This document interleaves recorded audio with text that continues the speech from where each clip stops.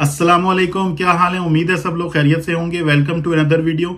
इस वीडियो को बनाने का मकसद है कि आपके साथ थोड़ी बहुत कुछ और इन्फॉर्मेशन शेयर करना, जो मैं पहले ही आपके साथ कुछ थॉट्स जो मेरी हलाल कंसीडरेशन के हवाले से चीजें हैं और फिर जो उसमें मैं डिसीजन मेकिंग करता हूं या जिस तरीके से मैं चीजों को इवेल्युएट कर रहा होता हूं उसके हवाले से मैं आपके साथ वीडियोस शेयर कर चुका हूं। अच्छा, इस वीडियो से पहले ही मैं एक वीडियो अभी बना चुका हूं जिसके अंदर मैंने एक ओवरऑल कॉन्सेप्ट्स कवर करने की और मेरी जो बेसिस होती हैं और जिस बेसिस के ऊपर मैं वो सारी चीजें आपके साथ शेयर कर रहा होता हूं, उस हवाले से मैं ऑलरेडी एक वीडियो बना के आपके साथ शेयर कर चुका हूं। सो आई वुड रिकमेंड, अगर किसी ने वो वीडियो नहीं देखी है तो प्लीज जाके वो वीडियो देख लें। उससे आपको थोड़ा सा और बैकग्राउंड मिल जाएगा और चीजों के हवाले से एक बेहतर आइडिया हो जाएगा। और फिर जिस टॉपिक के ऊपर या जिन चीजों के ऊपर अभी हम इस वीडियो के अंदर मैं बात करूंगा आपके साथ, उसका थोड़ा सा एक बैकग्राउंड भी आपको मिल जाए। तो उसी चीज को फिर आगे कंटिन्यू करते हैं। अब इसमें जो एक और चीज हो सकती है जिसकी पॉसिबिलिटी, जो मैं थोड़ी बहुत रिसर्च मैंने भी की है और अगर आप भी कुछ थोड़ा बहुत जिसको पता होगा, जिसने थोड़ी बहुत रिसर्च की होगी, खासकर ये चीज यहाँ पे यूएसए के अंदर, वेस्टर्न कंट्रीज के अंदर ज्यादा मैटर करती है, क्योंकि यहाँ पे आप एक नॉन मुस्लिम कंट्री के अंदर, यूएसए सेक्युलर कंट्री, ठीक है, क्रिश्चियन की मेजोरिटी तो हो ऑब्वियसली होगी, तो लेकिन ये सेक्युलर कंट्री है, ये इसको आप कह सकते हो, ठीक है। तो अगर आप यहाँ के अंदर हो, किसी और वेस्टर्न कंट्री के अंदर हो जो कि एक नॉन मुस्लिम मेजोरिटी कंट्री है, उसके अंदर ये चीजें जो हैं वो ज्यादा मैटर करती हैं, जिसके हवाले से मैं भी बात करने जा रहा हूँ, ठीक है। उसमें जैसे मैंने पहले भी मेंशन किया था कि कुछ जगहों पे डिफरेंसेस हो सकते हैं, कुछ पर्टिकुलर चीजों के हवाले से इस्लामिक स्कॉलर्स के दरमियान भी डिफरेंसेस हो सकते हैं। और जो मैंने थोड़ी बहुत रिसर्च की है, और क्योंकि यहाँ पे जो है वो मुख्तलिफ दुनिया के ममालिक से मुसलमान होते हैं, तो यहाँ पे यूएसए के अंदर आपको ये चीज शायद ज्यादा देखने को या सुनने को मिल सकती है। अगर आप थोड़ा बहुत, अगर आपका वास्ता पड़ा है या आपने थोड़ी बहुत रिसर्च करने की कोशिश की है, तो उसका आपको आइडिया हो जाएगा कि मैं किस हवाले से बात कर रहा हूं।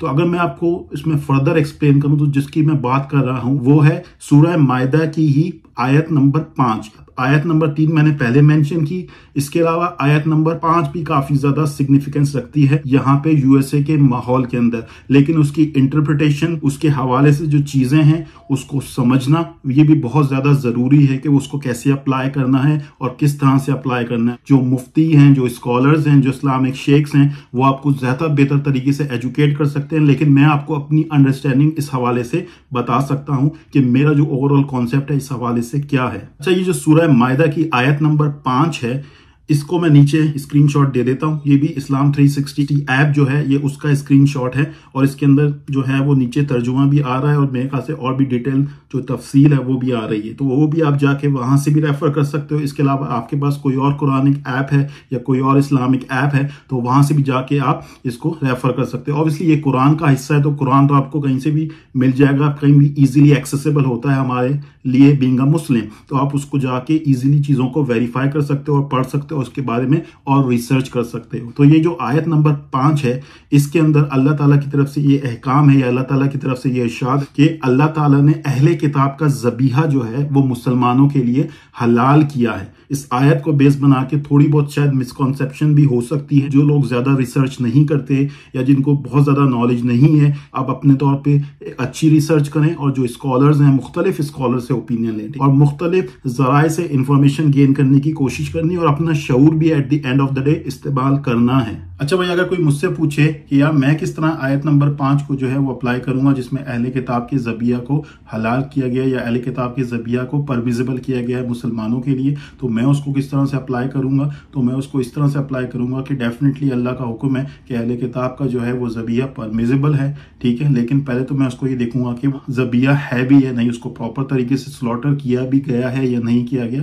जो कि इस्लामिक रिक्वायरमेंट्स हैं। और दूसरा, जब उसको स्लॉटर किया गया है तो उसको स्लॉटर करते वक्त अल्लाह ताला का उस पर नाम लिया गया है। तो मैंने जो रिसर्च की है, जो मुझे एक लॉजिकल जो अंडरस्टैंडिंग डेवलप होती हुई नजर आती है, इस बेसिस पे हुई है कि अहले किताब का जो ज्यूज हैं, जो क्रिश्चियंस हैं, उनका ज़बीहा, उनका स्लॉटर किया गया वो जानवर हलाल है अगर उसको प्रॉपर तरीके से स्लॉटर किया गया है और उसको स्लॉटर करते वक्त, ज़बीहा करते वक्त अल्लाह का नाम लिया गया है। तो ये मेरी एक अंडरस्टैंडिंग है जिसको मैं अप्लाई कर रहा होता हूँ, ठीक है।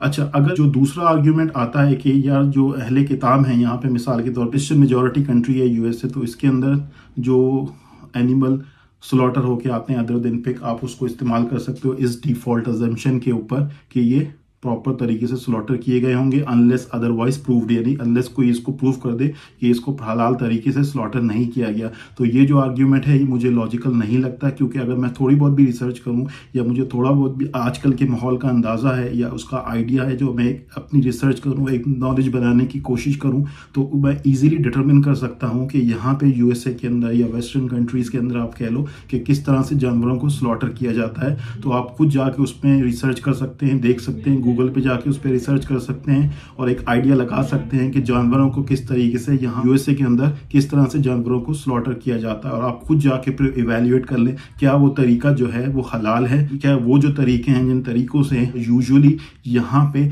एनिमल्स को यूएसए के अंदर स्लॉटर किया जाता है, क्या वो तरीका इस्लामिक तरीका है, इस्लामिक शरिया प्रिंसिपल के हिसाब से। तो आई डोंट थिंक सो कि जो मैंने रिसर्च की है, जो मुझे पता है, या जो आजकल के माहौल का मुझे आइडिया, इतनी मशीनरी अवेलेबल है, इतनी एडवांस टेक्नोलॉजी अवेलेबल है, उन सारी चीज़ों को यूज़ करके जिस तरह से जानवरों को स्लॉटर किया जाता है, ठीक है, उसमें मुख्तलिफ मैकेनिज्म्स हो सकते हैं, इलेक्ट्रिकल हो सकता है, गैस हो सकता है, आई थिंक जिसको ये स्टनिंग कह रहे होते हैं, ठीक है। तो आप जाके रिसर्च करेंगे तो आपको आइडिया हो जाएगा। ऑब्वियसली आपको खुद रिसर्च करनी चाहिए। तो उन सारी चीज़ों को बेस बना के अगर मैं अपनी एक अंडरस्टैंडिंग डेवलप करता हूँ तो मेरी जो डिफॉल्ट अंडरस्टैंडिंग यही आती है कि जो यूएसए के अंदर जो जानवर स्लॉटर होते हैं उसमें डिफॉल्ट अजम्पशन यही डेवलप होनी चाहिए, और जो सेफर भी है और जो ज़्यादा लॉजिकल है यही है कि वो जानवर जो हैं वो हलाल तरीके से स्लॉटर नहीं किए गए, ठीक है। अगर आप मुख्तलिफ जाके रिसर्च करोगे तो आपको इसमें आइडिया हो जाएगा। आप खुद जाके गूगल पे लिख सकते हो कि how animals are slaughtered in west या how animals are slaughtered in USA, या कुछ और जाके कुछ और सर्च वर्ड्स आप यूज कर सकते हो। अपने तौर पे गूगल पे रिसर्च कर सकते हो, कहीं और जाके रिसर्च कर सकते हो।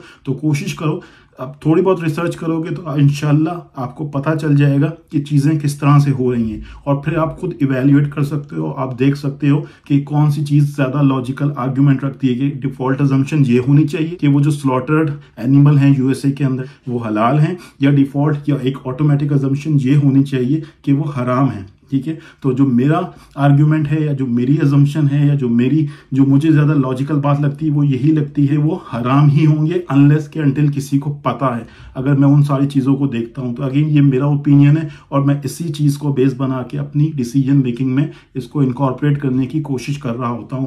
बाकी अल्लाह बेहतर जानता है, ठीक है। अल्लाह ताला हम सब की रहनुमाई फरमाए। बाकी आप वो खुद जाके अपनी रिसर्च कर सकते हैं और डिफरेंट सोर्सेज से यूट्यूब के ऊपर, गूगल के ऊपर आपको वीडियोज आई थिंक मिल जाएंगी। मेरे हिसाब से आप जाके उस पर रिसर्च कर सकते हैं, मुख्तलिफ स्कॉलर्स के ओपिनियन देख सकते हैं। सो होपफुली यार चीजें थोड़ी सी बेहतर तरीके से कम्युनिकेट हो गई होंगी, क्लियर हो गई होंगी, आपको एक ओवरऑल आइडिया पता चल गया होगा। इन सारी चीजों को आपके साथ मैंने शेयर किया ताकि आपको बेहतर तरीके से एक आइडिया हो जाए चीजों के हवाले से कि बीइंग अ मुस्लिम हमें किस तरह से चीजों को सोचना चाहिए, उसके हवाले से डिसीजन लेना चाहिए, और किस तरह से यहाँ पे रहते हुए यूएसए के अंदर एक नॉन मुस्लिम कंट्री के अंदर रहते हुए चीजों को इवेल्युएट करना चाहिए और अपनी डिसीजन मेकिंग करनी चाहिए जब हम कोई चीज इस्तेमाल करने जाते हैं, कोई आइटम परचेज करने जाते हैं, ठीक है। तो ये एक ओवरऑल कॉन्सेप्ट है, एक ओवरऑल इन्फॉर्मेशन पर्पजेस के हवाले से मैंने आपके साथ ये सारी चीजें शेयर की हैं। मैं यही कहूंगा अगर आपको किसी पर्टिकुलर चीज के हवाले से कोई ओपिनियन चाहिए, कोई और डिटेल चाहिए किसी कुरानी आयत के हवाले से, हदीस के हवाले से, सुन्नत के हवाले से, तो आप जाके किसी स्कॉलर्स हैं जो मुफ्तीज हैं, हमारी मस्जिद में इमाम भी हो सकते हैं, ठीक है, उनसे आप जाके इन चीज़ों के हवाले से बात कर सकते हो, उनसे इंफॉर्मेशन ऑब्टेन कर सकते हो, और फिर अपने तौर पे भी चीज़ों को इवेल्युएट करो, अपने तौर पे भी रिसर्च करो, और चीज़ों को जो है वो रेफरेंसेस के साथ देखने की कोशिश किया करें, ठीक है। अगेन मुफ्तीज, स्कॉलर्स जो शेख्स हैं इस्लामिक, वो आपको ज़्यादा बेहतर तरीके से इन चीज़ों के हवाले से एजुकेट कर सकते हैं। इंशाल्लाह इसी तरह की कुछ और चीज़ें अगर होंगी, अगर मुझे जहन में आई या मेरे कोई एक्सपीरियंसेस हुए कभी फ्यूचर के अंदर, तो इंशाल्लाह मैं कोशिश करूंगा कि उसके हवाले से भी आपके साथ वीडियोस बना के शेयर करूं। So hopefully you will like that, और आपको ये चीज़ें समझ में आएंगी। अगर आपको चीज़ें समझ में आती हैं, पसंद आती हैं, तो प्लीज़ दूसरों के साथ भी शेयर करें। अगर आपको लगता है कि किसी और की नॉलेज में, इंफॉर्मेशन में इजाफा होगा, तो आप उसके साथ भी ये चीज़ें शेयर करें, ठीक है। Thank you very much. मुझे अपनी दुआओं में जरूर याद रखिएगा। एंड पे मैं यही दुआ करूंगा कि अल्लाह ताला जो है हम सब की रहनुमाई फरमाए। अगर हमारी नॉलेज में कोई कमी है, हमारी अंडरस्टैंडिंग में कोई खराबी है, तो अल्लाह ताला उसके लिए हमारी रहनुमाई फरमाए। किसी बात को शेयर करते हुए, किसी बात को बयान करते हुए कोई गलती हो गई है, तो अल्लाह ताला उसके लिए माफ फरमाए। Thank you very much. Goodbye. अल्लाह हाफिज।